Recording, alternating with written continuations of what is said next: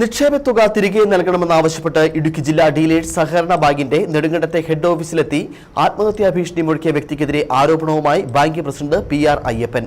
ഭീഷണി മുഴക്കിയ വ്യക്തിക്ക് സൊസൈറ്റിയിൽ നിക്ഷേപം ഇല്ലെന്നും ബാങ്കിൽ മുമ്പ് കോടികളുടെ തട്ടിപ്പ് നടത്തിയവരാണ് ഇയാളുടെ പിന്നിലെന്നും PR അയ്യപ്പൻ ആരോപിച്ചു.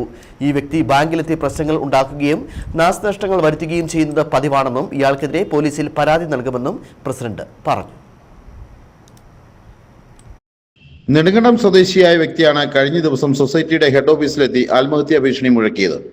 തുടർന്ന് പോലീസെത്തി ഇയാളെ അനുനയിപ്പിച്ച് തിരിച്ചയക്കുകയായിരുന്നു. എന്നാൽ ഇയാൾക്ക് ഇവിടെ നിക്ഷേപമില്ലെന്ന് വ്യക്തമാക്കുകയാണ് സൊസൈറ്റി പ്രസിഡന്റ് PR അയ്യപ്പൻ.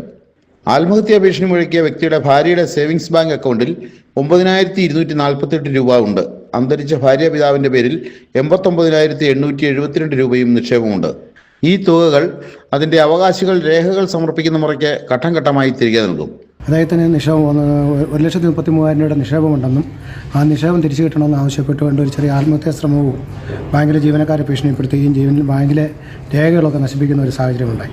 ഞങ്ങളിവിടെ പരിശോധിച്ച് കഴിഞ്ഞപ്പോൾ ഇയാളുടെ പേരിൽ 1 രൂപയുടെ നിക്ഷേപവും പോലും ഈ സംഘത്തിലില്ലാത്തതും അദ്ദേഹത്തിൻ്റെ ഭാര്യയുടെ പേരിലുള്ള ഒരു SB അക്കൗണ്ടിൽ ഏതാണ്ട് ഒരു 9,000 രൂപ ഉള്ളതായിട്ടാണ് നമുക്ക് മനസ്സിലാക്കാൻ സാധിച്ചത്. അതുപോലെ തന്നെ അദ്ദേഹത്തിൻ്റെ ഭാര്യ പിതാവ് മരിച്ചു പോയിട്ടുള്ളതാണ്. അദ്ദേഹത്തിൻ്റെ പേരിൽ ഒരു 89,000 രൂപ SB അക്കൗണ്ടിൽ കിടപ്പുണ്ട്. അതിൻ്റെ നോമിനി ഒരിക്കലും അങ്ങേരല്ല. അത് ഈ സംഘത്തിൻ്റെ പ്രവർത്തനത്തിനെ തടസ്സപ്പെടുത്തുന്നതിനും സംഘത്തിനെ മോശമാക്കുന്നതിനും വേണ്ടിയിട്ടുള്ള ഒരു ഗൂഢാലോചനയുടെ ഭാഗമായിട്ടാണ് അദ്ദേഹം നിരന്തരമായി സംഘത്തിൽ വരികയും സംഘത്തിൽ വന്ന ആവശ്യമില്ലാത്ത പ്രശ്നങ്ങൾ ഉണ്ടാക്കുകയും ചെയ്തുകൊണ്ടിരിക്കുന്നത്. ആത്മഹത്യാ ഭീഷണി മുഴക്കിയ വ്യക്തി സൊസൈറ്റിയിൽ വന്ന് പ്രശ്നങ്ങൾ ഉണ്ടാക്കുകയും സൊസൈറ്റിയിൽ നാശനഷ്ടങ്ങൾ വരുത്തുകയും ചെയ്യുന്നത് പതിവാണെന്നും സൊസൈറ്റിയിൽ നിന്നും കോടിക്കണക്കിന് രൂപയുടെ തട്ടിപ്പ് നടത്തുകയും സസ്പെൻഡ് ചെയ്യപ്പെടുകയും ചെയ്ത ആളുകളാണ് ഇയാളുടെ പിന്നിലെന്നും പ്രസിഡന്റ് ആരോപിച്ചു. News bureau, Nedumkandam.